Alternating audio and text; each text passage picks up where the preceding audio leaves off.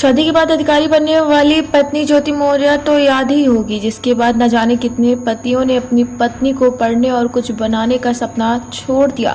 ज्योति मौर्य के मामले के बाद पत्नियों को एक अलग ही नजरियों से देखा जाने लगा, लेकिन ज्योति मौर्य की तर्ज पर एक ऐसा मामला सामने आया है जहां पत्नी नहीं बल्कि पति अंकित मौर्य ने अपनी पत्नी को छोड़ दिया। वजह खुद को सरकारी नौकरी बताकर शादी करने वाले अंकित की जब हकीकत सामने आई तो राज खुला कि वो सरकारी नौकर नहीं बल्कि प्राइवेट नौकरी करता है, जिसका विरोध पत्नी अर्चना ने किया, लेकिन थक हार कर उसने अपने रिश्ते को खराब करने के बजाय उसे जोड़ना बेहतर समझा और समझौता कर पति अंकित मौर्य के साथ रहने का फैसला लिया। लेकिन अब अपनी पत्नी को अपने साथ रखने से मना करने वाला अंकित मौर्य कानूनी पचखड़ी में फंस गया है और न्यायालय के आपत्ति को छोड़ के चलते पति अंकित मौर्य को जेल भेज दिया गया। क्या नाम है? अर्चना कुशवाहा। अर्चना, आपके हस्बैंड आपको रखना नहीं चाहते थे जी क्या बात हुई? सर, उन्होंने सरकारी नौकरी का झांसा देकर शादी किया। जब राज खुल गया तो उन्होंने मुझे रखने से मना कर दिया। तो इसके लिए आपने क्या न्यायालय में बात सर, करी? 1 साल तक तो हमने बहुत उनको समझाने की कोशिश की। मेरे पापा भी उनके घर पे गए, लेकिन जब कहीं मुझे बात नहीं बनी, थक हा करके फिर हम न्यायालय का मैंने दरवाज़ा खटखटाया और आज जाकर के 4 साल बाद जाकर के मुझे आज थोड़ा न्याय मिला है और मेरे पति को जेल जाना पड़ा है। वकील साहब, एक मामला आया जहां पर एक पति ने अपनी पत्नी को खुद को सरकारी नौकर बताया और फिर शादी होने के बाद जब राज खुला तो अपनी पत्नी को छोड़ दिया। क्या है मामला? देखिए, ये मामला ये है कि लड़के ने बीएसएनएल में अपने को असिस्टेंट मैनेजर बना करके इस बच्ची से शादी किया।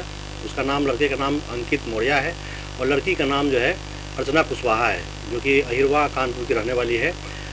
लेकिन जब बाद में लड़की जब गई विदा होकर के तो पता चला कि नहीं, ये तो AIGS कंपनी जो बीएसएनएल के तहत है, प्राइवेट कंपनी में लड़का मामूली सा क्लर्क है। अच्छा, तो ये जो मुकदमा चल रहा था, इस मुकदमे में फिर आखिरी में फैसला क्या हो? क्योंकि लड़की प्राइवेट नौकरी के बाद भी रहना चाहती, तो क्यों उसने नहीं रखा और फिर अंतिम फैसला क्या होगा? देखिए, पहली बात तो यह है कि उसके विवाद के कारण अपने कुछ और भी हैं, उसके तमाम और भी लड़कियों से संबंध हैं, जिसको मैं ओपन नहीं करना चाहता था। दूसरी बात यह है कि लड़की को किसी भी सूरत में लड़का रखने को तैयार नहीं है और लड़की बीमार थी, उसके बावजूद भी उसने टॉर्चर का एक इंतहा पार किया, हद से ज़्यादा। लड़की उसके बावजूद भी रहने को तैयार थी।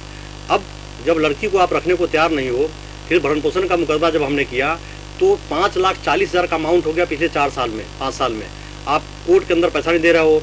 आज बहुत मुश्किल, जब आप कस्टडी में गए तो 10,000 रुपये दे रहे थे, तो कोर्ट को भी नागवार गुजरा कि आप रखने को तैयार नहीं है, भरण पोषण देने को तैयार नहीं है।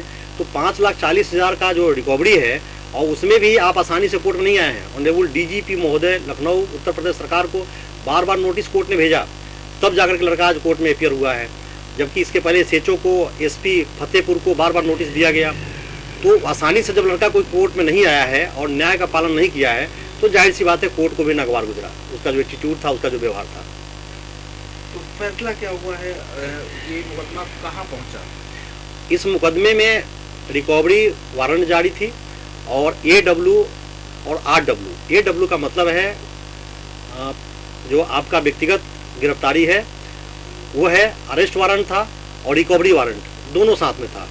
तो जब लड़का कोर्ट में आया तो मैंने कोर्ट को एप्लीकेशन दिया कि बहुत ही ये बहुत मुश्किल कोर्ट में अपियर हुआ है, आसानी से कोर्ट में अपियर नहीं हुआ है लड़का, क्योंकि पहले की जो एक्टिविटी थी, पहले भी कोर्ट में उसने अंडरटेकिंग दिया था कि मैं ऑनरेबल कोर्ट के पैसे को मैं दे दूंगा, लेकिन नहीं दिया, भाग गया, 4 साल तक भागा रहा।